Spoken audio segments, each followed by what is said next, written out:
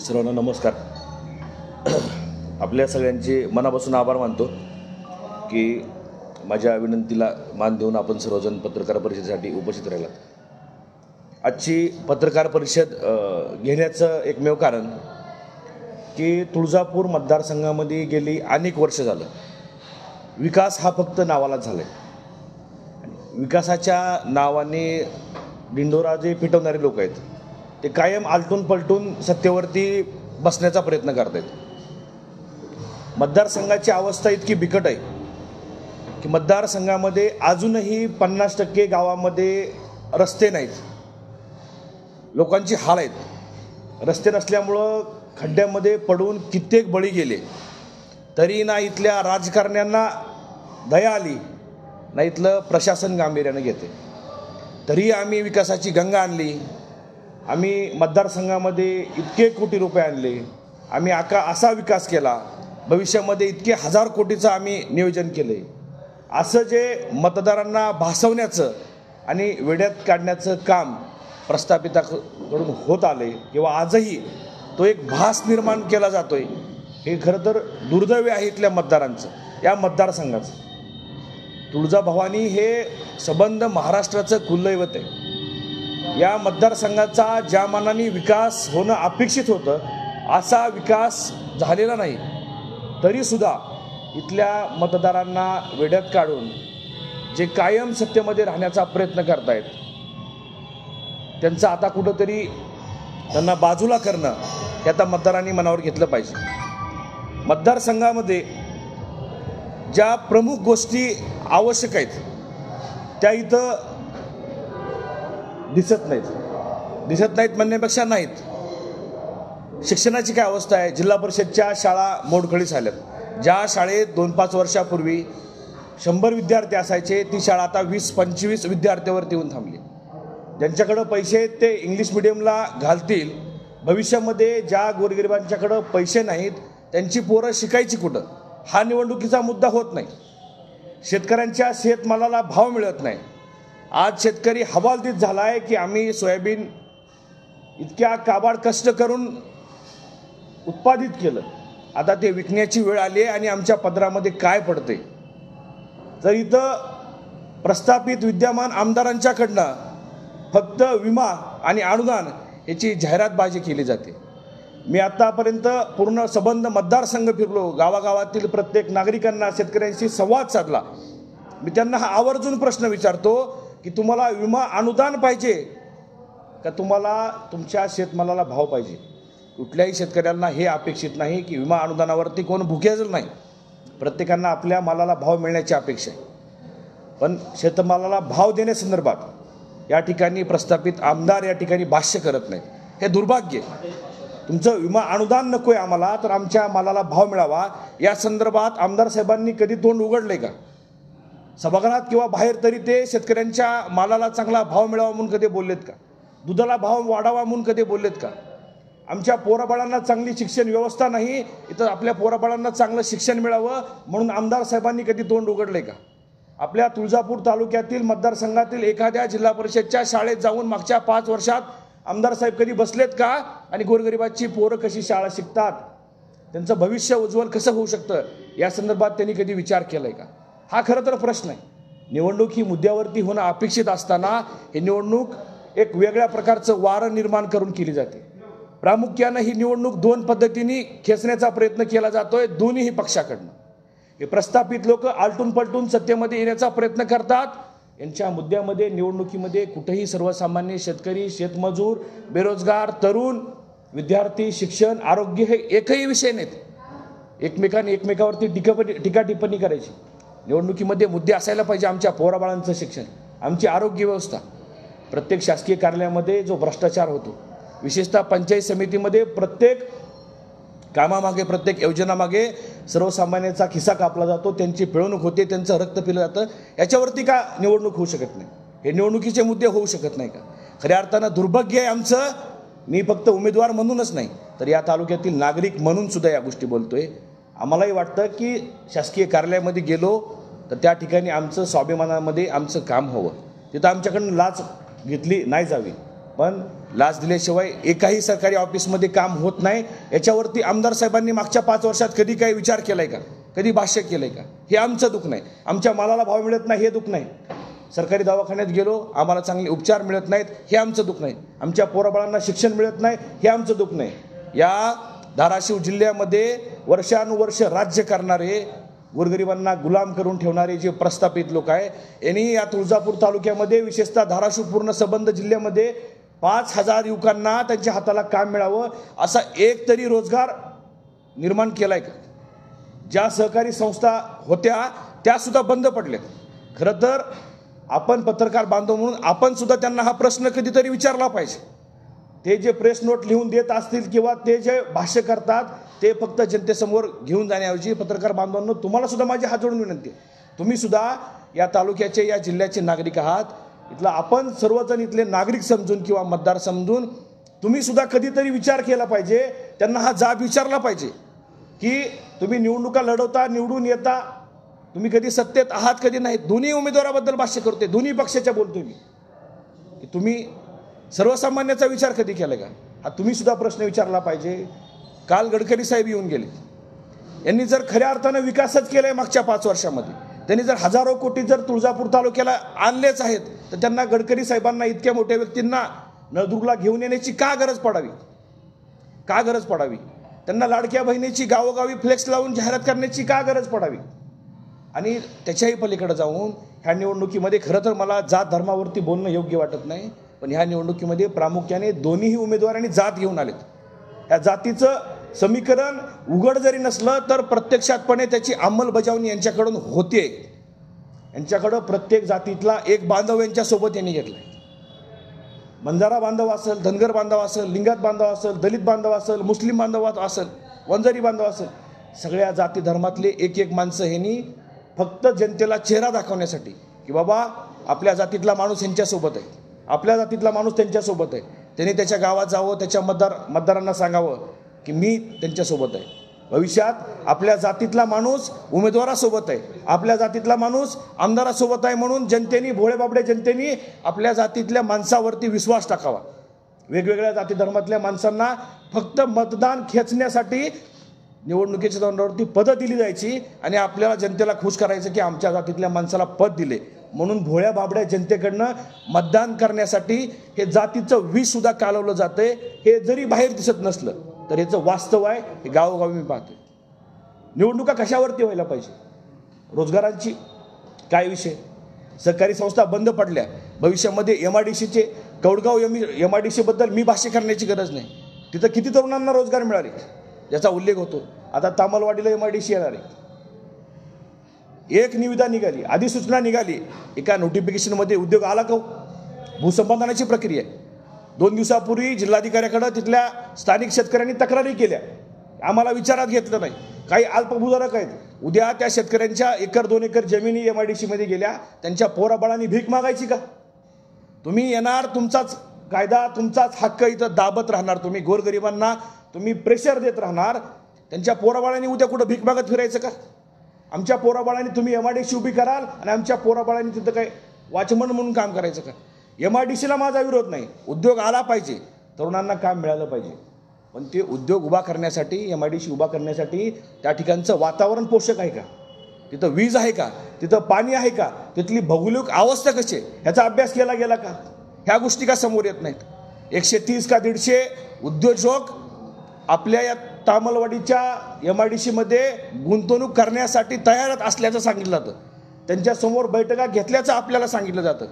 कुठला उद्योजक स्वतःहून म्हणलं का आम्ही तो इच्छुक आहे? तर खरंच उद्योजक होते का अजून कोणी होतं याबद्दल काय आपल्याला कल्पना आहे का?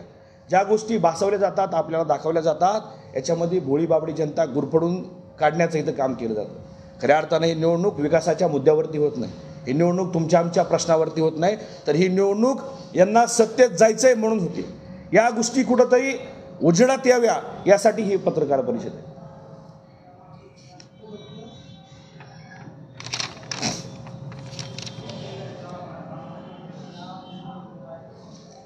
गडकरी साहेबांच्या सभेमध्ये आणि त्यानंतर ज्या काही प्रेसला बातम्या येत आहेत कालपासून आजपासून की भविष्याचा विचार करणाऱ्या व्यक्तीचा पाठीमागं जनतेने उभं राहावं.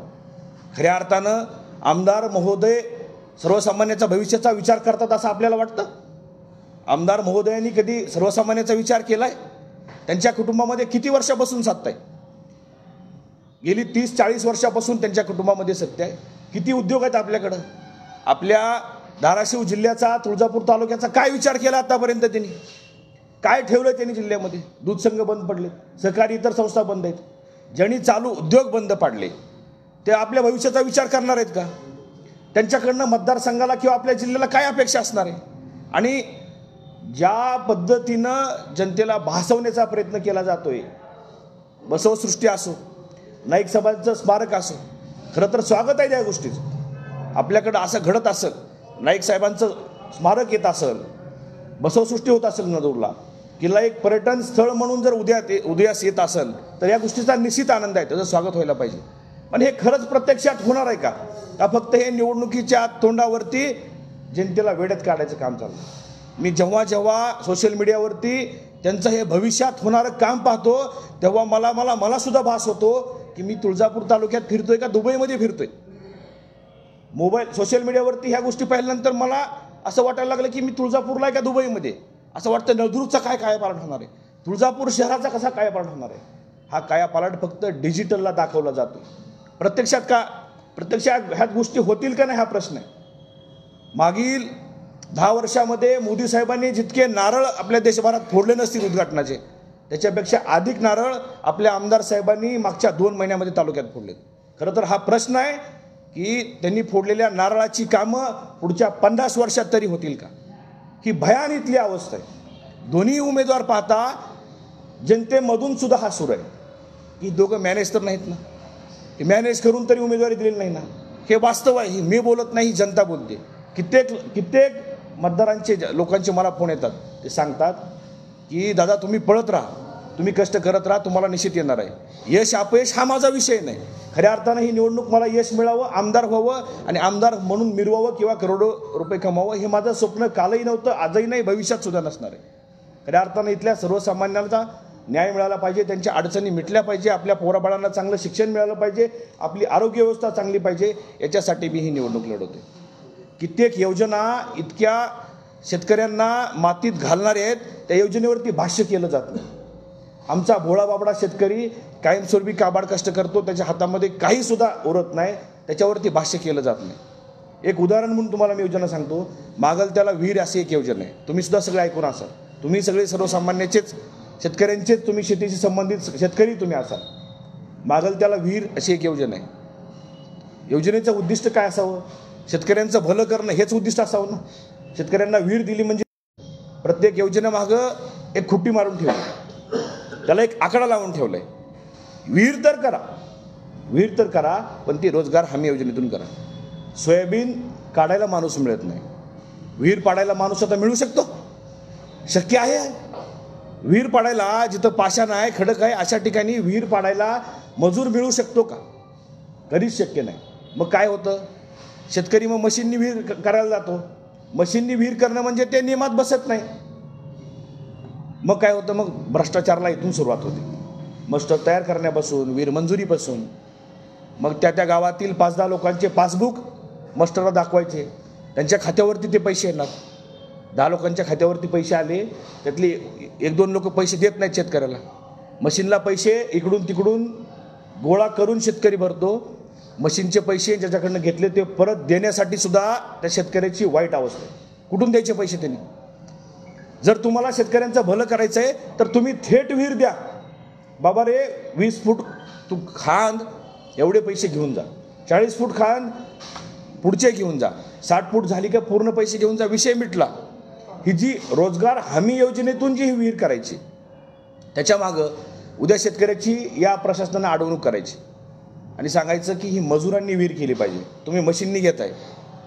मजुरांनी विहीर घ्यायची हे फक्त कागदावरती दाखवलं जातं. विहीर होते मशीननीच, आणि मशीननी विहीर होते ते रेकॉर्डवर दाखवण्यासाठी मग इथं पंचायत समितीमध्ये भ्रष्टाचार होतो. विहिरीची प्रक्रिया पूर्ण होईपर्यंत, बिले उचलेपर्यंत प्रत्येक मस्टरला मग त्या ठिकाणी पैसे कुणाला किती द्यायचे, जिओ टॅगिंगचा विषय असेल, अजूनही बऱ्याच प्रक्रिया आहेत त्या ह्याच्यामध्ये. त्याच्यामध्ये प्रत्येक ठिकाणी मग पैसा शेतकऱ्याची लूटमार होते, याच्यामध्ये भ्रष्टाचार होतो. आणि हे पैसे नेमके कुणाच्या घशात जातात हा विषय. भ्रष्टाचाराचा जरी हा मुद्दा बाजूला ठेवला तर मग ह्या ज्या गोष्टी घडत आहेत, ह्या ज्या योजना आहेत, ही जी सरकारी धोरणं आहेत सरकारची, ह्या धोरणावरती आमदार साहेबांचं याच्यावरती लक्ष नसेल का? आमदार साहेबांना या योजनेवरती किंवा शेतकऱ्यांना एखादी योजना राबवण्यासाठी अशा अडचणी येतात आणि शेतकरी मग भ्रष्टाचाराला बळी पडतो, त्याचा खिसा कापला जातो. ह्या गोष्टी आमदार साहेबांना कळत नसतील का? ह्या गोष्टी इतर उमेदवारांना, काँग्रेसच्या उमेदवारांना कळत नसेल का? या गोष्टीवरती का भाष्य केलं जात नाही? या गोष्टीवरती बोललं पाहिजे. जोपर्यंत या गोष्टीला आपण नाही बोलणार आपण किंवा याला वाचा फुटणार नाही, तोपर्यंत या गोष्टी उजेडात येणार नाही. खरं तर या गोष्टी सभागृहामध्ये लावून धरण्याची गरज आहे. सभागृहामधून एखाद्या योजना चुकीच्या असतील त्याची अंमलबजावणी करण्यासाठी शेतकऱ्यांना अडचणी निर्माण येत असतील आणि त्यामुळे जर शेतकऱ्यांचा खिसा कापला जात असेल तर अशा गोष्टीवरती ज्या लोकांना आपण निवडून दिले त्यांनी हे प्रश्न सभागृहात लावून धरून कायदे बदलण्याचं, योजनेमध्ये तरतुदी करण्याचं काम केलं गेलं पाहिजे. पण ना ह्यांना शेतकऱ्याची जाणीव आहे. मला तर हा प्रश्न आहे की दोन्ही उमेदवार सर्वसामान्याचं भलं करण्यासाठी सक्षम नाहीत. हा माझा आरोप आहे. दोन्हीही उमेदवार गोरगरिबांचं भलं करण्यासाठी सक्षम नाहीत. मी आपल्या माध्यमातून दोघांनाही ओपन चॅलेंज देतो की दोघांनाही माझ्या समोर चर्चेला यावं. मी आपल्या पत्रकार बांधवांना विनंती करतो, असा प्रोग्राम, असा कार्यक्रम तुम्ही आयोजित करा. तिघांनाही एकत्रित बसवा समोरासमोर की गोरगरिबांच्या भविष्यासाठी तुमच्याकडं काय स्वप्न आहे, तुमच्याकडं काय ध्येय आहे, तुमच्याकडे उद्दिष्ट काय. तुम्ही तिघांनाही विचारा प्रश्न, तुम्ही विचारले पाहिजे. खरं तर पत्रकार बांधव सुद्धा आपल्या तालुक्याचा, जिल्ह्याचा विकास करण्यामध्ये एक कणा होऊ शकतो. तुम्ही स्वतः जर आवाज उठवला आणि तुम्ही जर प्रयत्न केला तर या गोष्टी होऊ शकतात. तुम्ही मला सुद्धा प्रश्न विचारले पाहिजे. मी काय करणार आहे, माझ्याकडे काय उद्दिष्ट आहे, माझ्याकडे ध्येय काय पुढं मतदारसंघाचं, ह्या गोष्टी तुम्ही सुद्धा मला विचारणं गरजेचं आहे. तसं त्यांनाही विचारणं गरजेचं आहे. आपल्या माध्यमातून मी त्या दोघांनाही आवाहन करतो आणि तुम्हाला सुद्धा मी आवाहन करतो, विनंती करतो की तुम्ही तिघांना एका मंचावरती बोलवा, एकत्र बोलवा. तिघांनाही प्रश्न विचारा की तुमच्याकडे उद्दिष्ट काय. सर्वसामान्याच्या जगण्यामध्ये तुम्हाला चांगले दिवस आणण्यासाठी तुम्ही भविष्यात काय करू शकता. विकास, एवढा निधी आणला, तेवढा निधी आणला म्हणजे विकास झाला का? जोपर्यंत आमची पोरं बाळं शिकणार नाहीत, स्वतःच्या पायावर उभी राहणार नाहीत, तोपर्यंत त्यांच्या घरामध्ये 4 पैसे येणार नाहीत. जोपर्यंत त्यांच्याकडे 4 पैसे येणार नाहीत तोपर्यंत त्यांच्यावर घरावरली त्यांच्या पत्री निघून त्यांच्या घरावर स्लॅब पडणार नाही. हा मार्ग आहे. तर हा मार्ग बाजूला राहिला, जोपर्यंत आमच्या मालाला भाव मिळणार नाही तोपर्यंत आम्ही सुखी होणार नाही. हे सगळेच मुद्दे कुठं तर बाजूला केले जातात आणि निधी आणला, इतके 1000 कोटी आणला, तितके 1000 कोटी आणला, ह्याच्यावरती ह्या निवडणुका होत असतील. प्रत्यक्षात कुठंच काय दिसत नाही. तुम्ही सगळे पत्रकार बांधव एक दिवस माझ्यासोबत चला, तुम्हाला दाखवतो तंड्यावरती चालता येत नाही अशी अवस्था आहे. मोटरसायकल जात नाही, कार जात नाही, तिथलेही लोक जगतात ना. कारण काय, असे कित्येक तंडे आहेत. मी 90% तंडे असतील, सगळे तंडे फिरलोय मी. तिथल्या तंड्यांनी अजून आमदार कसा असतो बघितलाच नाही. तिथल्या लोकांनी बघितलं असेल फोटोमध्ये किंवा गर्दी करण्यासाठी जेव्हाही लोक बोलवतात त्या लोकांनी बघितलं असेल, पण प्रत्यक्षात तंड्यातल्या मातीनी आमदार कसा असतो अजून बघितला नाही. अजून आमदारच बघितला नाही, पूर्वीचे असोत किंवा आत्ताचे असोत. मग ही काय, तिथं लोक राहत नाहीत का? त्या नागरिकांची जबाबदारी तुमची जबाबदारी नाही का? चाललंय असं की जास्त अधिक जिथं मतदार आहेत, जिथं लोकसंख्या आहे, ती गावं टार्गेट करायची, त्यांना निधी दिल्याचा प्रयत्न करायचा, त्यांना वेगळा भास निर्माण करायचा, त्या ठिकाणी 4 पैसे टाकायचे आणि तो निधी देऊन झाला त्यांच्याकडं मतदान घेण्याचा प्रयत्न करायचा. पण जे 1000 मताच्या आतली गाव आहेत, जिथं तांडे, जिथं मतं कमी असतात, अशा लोकांच्याकडं सर्रास दुर्लक्ष करायचं. इथं कुणीतरी तुळजापूर शहरात राहणारा पण एखादा बांधव असेल, हगलूरसारख्या ठिकाणी माझं घर आहे, एखादा व्यक्ती तंड्यामध्येही राहतो, अहो तो पण माणूस आहे, त्याला पण मन आहे, त्यालाही भावना, त्याला वाटत नसेल का आमच्याकडे लाईट असावी, त्याला वाटत नसेल का आम्हाला रस्ते असावे, पाणी असावं. ते कसे जगत असतील? या सगळ्या नागरिकांची जबाबदारी ही आमदारांची जबाबदारी नाही का? त्यांना का नाही वाटलं आतापर्यंत की आपण एखाद्या जिल्हा परिषद शाळेत जाऊ? आमदार जर एखाद्या शाळेत जाऊन बसले तर आजूबाजूच्या 10-20 खेड्यातल्या शाळा सुधारतील, ह्याचा विचारांच्या मनात नाही आला. मी कालच रात्री आमदार साहेबांची न्यूज बघितली. काल अंदूरच्या बाजारामध्ये ते फिरत होते मतदारांना विनंती करत, येणाऱ्या 20 तारखेला आम्हाला मतदान करा, सहकार्य करा, कमळ हे आमचं चिन्ह आहे. मला खरं तर ते बातमी बघितली, मला वाईट वाटलं. खरं तर गेली 5 वर्ष झालं आमदार साहेब या तुळजापूर तालुक्याचं नेतृत्व करतायत.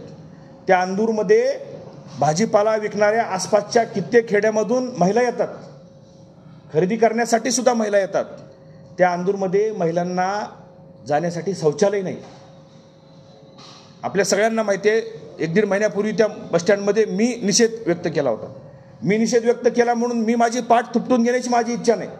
फक्त मी हे निदर्शनास आणू इच्छितो की आमदार महोदयांना काल अंदूरचा बाजार आठवला, तिथल्या मतदारांना आकर्षित करण्यासाठी, त्यांना चिन्ह सांगण्यासाठी, मतदान करण्यासाठी त्यांनी विनंती केली. पण आमदार साहेब खरं तर ह्या गोष्टी मला बोलवत नाहीत. मला वाईट वाटतं. मागच्या 5 वर्षात किंवा कित्येक वर्षांवर्ष त्या अंदूरमध्ये बसस्टँड नाही. अंदूरमध्ये खंडेरायाचं मंदिर आहे. आपल्या तालुक्यातूनच काय राज्यभरातून भाविक तिकडे येतात. त्यांनी शौचालयाला जायचं कुठं हा प्रश्न आहे. त्याची फिकीर तुम्हाला आतापर्यंत कधीच वाटली नाही. तुम्हाला आता बाजार आठवतो, तुम्हाला गर्दी आठवते. आता 2 दिवसांनी नळदुर्गचा पण बाजार येणार आहे. आमदार साहेबांना मी हे सांगतो की तुम्ही मतदान मागण्याच्या बहाण्याने तरी जावा. हे निमित्त असेल, बाजारामध्ये गर्दी असते, तुम्ही त्यांना आवाहन करण्यासाठी तरी जावा तुम्ही. आणि तिथल्या बाजारात येणारे विक्रेते असतील, खरेदीदार असतील, त्यांना तुम्ही विनंती करा मत मागण्याची. पण मतदान मागता मागता ते नेमकं कशा गटारीवरती बसतात, कशा कचऱ्यामध्ये बसतात. पावसाळ्यात गटारीचं पाणी, पावसाचं पाणी त्यांच्या भाजीपाल्यावरती येतं, हे पण बघा. मागच्या 5 वर्षात तुम्ही हे सुद्धा बघायला पाहिजे होतं. तुमच्याकडे असेल खूप पैसा, तुमच्याकडे खूप पावर असेल, सगळ्या गोष्टी असेल, म्हणून काय तुम्ही गोरगरिबाचा जीव घेणार? म्हणून काय तुम्ही गोरगरिबांचं जगणं मान्य करणार नाही? खऱ्या अर्थानं हे वास्तव आमदार साहेबांनी सुद्धा स्वीकारलं पाहिजे. मी हे अजून सुद्धा सांगतोय, दोन्ही उमेदवार हे निवडणूक लढवण्यासाठी किंवा निवडून येण्यासाठी सक्षम नाहीत. निवडून आले तरी सर्वसामान्याच्या अडचणी मिटवण्यासाठी ही माणसं सक्षम नाहीत. गोरगरिबांचं भलं यांच्याकडनं होणार नाहीत. मी जबाबदारीने सांगतो, तेरच्या बरेच नागरिकांशी मी संपर्कात आहे. आपल्या सगळ्यांना सुद्धा माहिती आहे आता तुळजापूरचा खूप मोठ्या प्रमाणात विकास होणार आहे, हे सुद्धा भासवलं जाते. नळदुर्गचा खूप मोठ्या प्रमाणात विकास होणार आहे, हे सुद्धा भासवलं जाते. पण मला आमदार साहेबांना प्रश्न विचारायचा आहे. आमदार साहेब, तुम्ही तेरचे नागरिक काय तुमच्या नावाने ओरडत आहेत? तेरमध्ये मंदिरासाठी तुम्ही पत्रे टाकू शकले नाहीत. ते पत्रे सुद्धा चव्हाण साहेबांनी मागच्या काळात टाकली. तुम्ही स्वतःच्या गावामध्ये गोरोबा काकाचं मंदिर हे तीर्थक्षेत्र आहे, महाराष्ट्रामध्ये नावाजलेलं आहे. तुम्ही तिथं पत्रे टाकू शकत नसाल, तुम्ही भविष्यामध्ये तुळजापूर आणि नळदुर्गचा विकास काय करणार? जर तुमच्याच गावात तुमच्या बुडाखाली आमदार असेल तर तुम्ही आम्हाला तुळजापूरला, नळदुर्गला विकास करू, असं करू, तसं करू, हे म्हणण्यात सुद्धा तुम्हाला अधिकार नाही. खऱ्या अर्थानं आत्तापर्यंत तुम्ही जनतेला वेड्यात काढून मतदान घेऊन तुम्ही सत्तेत गेलात. झालं तेवढं बस झालं. मी तुम्हाला विनंती करतो की तुम्ही जनतेला वेड्यात काढणं बंद करा आणि तुम्ही वास्तव्यावरती या. आणि या पत्रकार परिषदेच्या माध्यमातून मी अजून शेवटी ही विनंती करतो की आमदार महोदयांनी आणि काँग्रेसचे उमेदवारांनी सुद्धा समोरासमोर यावं. तुमच्याकडं काय विजन आहे हे सांगावं. मी माझं विजन सांगतो. ज्या गोष्टी तुम्ही आमदार साहेब भविष्यात करून देणार, हे करणार, ते करणार सांगतात ना, तर माझं ओपन चॅलेंज आहे. 500 रुपयाच्या स्टॅम्प पेपरवरती तुम्ही हे लिहून द्या की भविष्यात मी ह्या गोष्टी करणार आहेत. आणि 500 रुपयाचे स्टॅम्प तुम्ही गावोगावी वाटा. या निवडणुकीत तुम्ही माघार घेतो. माझं चॅलेंज आहे त्यांना.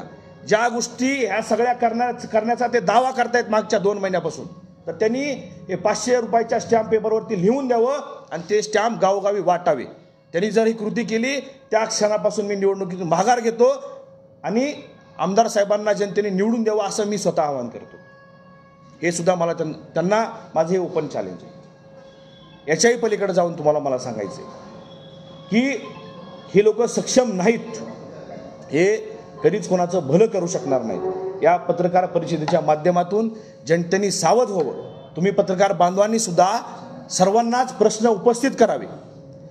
पत्रकारितेसोबत बांधवांनो हात जोडून विनंती आहे, तुम्ही आपल्या तुळजापूरचा, धाराशिवचा विकास होईल यासाठी तुम्ही सुद्धा मलाही आणि इतरांना सुद्धा प्रश्न विचारावे.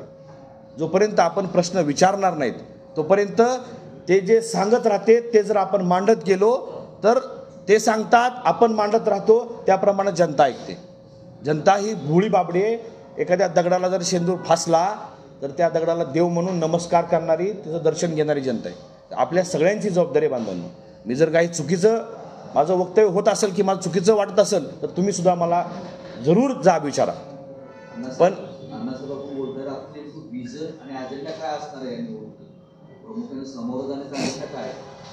मी ह्या निवडणुकीमध्ये हा अजेंडा समोर घेऊन जातोय. माझं प्रथम उद्दिष्ट आहे की गोरगरिबांच्या सर्वसामान्यांच्या पोरांना भविष्यामध्ये चांगलं शिक्षण मिळालं पाहिजे, शेतकऱ्यांच्या शेतमालाला चांगला भाव मिळाला पाहिजे, आपली जी कोलमडलेली आरोग्य व्यवस्था आहे ही ठीकठाक झाली पाहिजे आणि गोरगरिबांना चांगले उपचार मिळाले पाहिजे, शासकीय कार्यालयामध्ये जे अडवणूक होते पिळवणूक होते ही थांबली पाहिजे, शासनाच्या ज्या चुकीच्या योजना आहेत त्याची अंमलबजावणी करण्यासाठी अडचणी येतात आणि त्या ठिकाणी सर्वसामान्याची प्रशासनाकडनं पिळवणूक होते, ती पिळवणूक थांबली पाहिजे आणि त्या योजनेची योग्य अंमलबजावणी व्हावी यासाठी प्रयत्न केले गेले पाहिजे. अजेंडा हा इतर राज्यस्तरीय किंवा राष्ट्रीय पातळीवरती त्या मोठ्या गोष्टीवरती भाष्य करण्याऐवजी मला असं वाटतं की जे आमच्या ताटात पडले त्या गोष्टी काढणं आधी महत्त्वाचे आहेत. ज्या आमच्या दैनंदिन जीवनामध्ये रोज अडचणी येत नाही त्या अडचणी तर दूर झाल्या पाहिजे, त्याच्यानंतर आपण पुढच्या गोष्टीबद्दल भाष्य करू शकतो.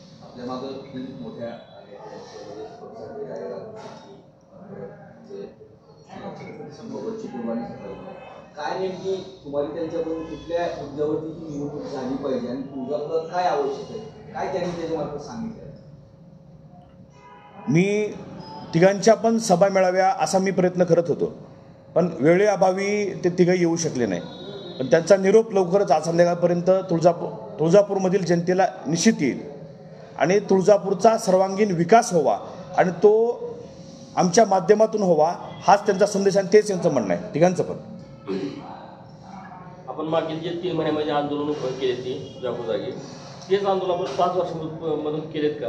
केले असेल तर मग विद्यमान आमदार त्यासुद्धा आपण ज्या विचारला आहे का हे जे कामं झाले असते आपण आंदोलन मागं केले नाही, निश्चित आपण बोलताय ते बरोबर आहे, पण सर्वसामान्य माणसाला एकाएकी ह्या प्रक्रियेमध्ये येऊन उभा राहणं आणि ह्या सगळ्या गोष्टीला तोंड देणं एवढं शक्य नाही. आपण विचारलेला प्रश्न मी मान्य करते. मी 3 महिन्याच्या आधी मी जरी आंदोलनं केली नसतील त्याबद्दल मी भाष्य करणार नाही, पण मी सांगतो मी 5 सप्टेंबरपासून जनतेला स्वतःला वाहून घेतलेलं आहे. निवडणूक ही प्रक्रिया 20 तारखेला मतदान 23 तारखेला होऊन जाईल, पण जनतेला 24 तास मी उपलब्ध आहे, 20 तारखेनंतरही उपलब्ध आहे आणि 23 तारखेच्या निकालानंतर सुद्धा उपलब्ध असणार आहे आणि कायमस्वरूपी असणार आहे. ज्या ज्या ठिकाणी माझी गरज नाही ठिकाणी सर्वसामान्य माणूस जिथं अडचणीत आहे त्या ठिकाणी मी आंदोलन असेल, निषेध असेल किंवा कुठलाही मार्ग असू द्या तो अवलंब करून मी जनतेच्या अडचणी सोडण्यासाठी कायमस्वरूपी प्रयत्नशील असणार आहे. तुम्ही आले होते, नंतर 2024ला आले इलेक्शनमध्ये, 2019ला इलेक्शनमध्ये उभं राहायचं म्हणून आले होते काय? मी 2019ला निवडणूक लढवली नाही. आत्तापर्यंत मी ग्रामपंचायत सदस्याची सुद्धा निवडणूक लढवलेली नाही. 2019ला मी प्रहारच्या माध्यमातून बच्चूभाऊच्या माध्यमातूनच मग शेतकऱ्याचे प्रश्न हाताळण्यासाठी काही आंदोलनं उपोषणं केली होती, पण मी निवडणूक लढवलेली नव्हती किंवा निवडणूक लढवणारच असं कुठं जाहीर सुद्धा केलेलं नव्हतं. आपण निवडणुकीच्या तोंडावरती 3 महिन्यापूर्वीच आपण आंदोलन सुरू केले आणि आपण निवडणूक लढवत आहे, आपल्याला जनता स्वीकारेल का? तो जनतेचा विषय आहे, त्याची मी अपेक्षाही ठेवत नाही. मग मी 3 महिन्यापासूनच जनतेमध्ये आलो आहे, आता 3 महिन्यापासूनच जनतेच्या प्रश्नावरती भाष्य करतोय, ह्याचा अर्थ मी निवडणूक लढवायची नाही असं काय आहे का? मी उशिराने जरी का आलो असलो तरी मी माझे विचार व्यक्त करतोय. माझ्याकडे जनतेसाठी एक स्वप्न आहे. आता वास्तव असं उभं केलं जाते पाणीपुरची मार्केटिंग घेणार ते तुळजापूर तालुक्याला मिळेल. आपण पहिल्यापासून त्याच्यावरती आवाज करत आज नेमकी विरोधी पक्ष म्हणून आपल्याला त्या पाण्याबाबत वस्तुस्थिती काय वाटते आणि पुढील काळात त्याबाबत आपली भूमिका काय असणार आहे, नेमकी आजची वस्तुस्थिती जर करेल. खरं तर हा वर्षानुवर्षाचा प्रश्न आहे. दोन्ही पक्षाकडून पाणी आम्ही आणतोय किंवा आम्ही आता वितरित करणार याच्यावरती श्रेय घेण्याच्या पलीकडे या दोघांचंही काय काम नाही. आता पाण्याचा प्रश्न अजून जाग्यावरतीच आहे, पण त्याच्यावरती मतदान घेण्यासाठी फक्त ही रस्सीखेच सगळी चालू आहे. खऱ्या अर्थानं मी प्रामाणिकपणे सांगतो, मतदान घेणं किंवा जनतेला भुलभुलया करून मी किती चांगला ह्या सांगण्याच्या भानगडीत मी पडणार नाही. मी हे प्रामाणिकपणे सांगतो की ही योजना जर प्रामाणिकपणे आमदार उद्या कुणीही होऊ द्या, मी असो किंवा अजून कुणी असो, तर त्या व्यक्तीने जरी प्रामाणिक प्रयत्न केला, किती जरी निधी उपलब्ध करून घेतला, तरी प्रत्यक्षात शेतकऱ्याच्या बांधाला हे पाणी जाण्यासाठी कमीत कमी 5 ते 10 वर्ष लागतील असा हा अंदाज आहे. तर डिसेंबरमध्ये पाणी पडतंय का ह्याच्याबद्दल संशयच आहे. मी मगाशी स्टॅम्प पेपरचं जे बोललो आमदारांना, हे पण मला त्यांना म्हणायचं आहे की तुम्ही जर डिसेंबरमध्ये खरंच पाणी सोडणार आहात ते सुद्धा तुम्ही स्टॅम्प पेपरवरती लिहून द्यायला पाहिजे.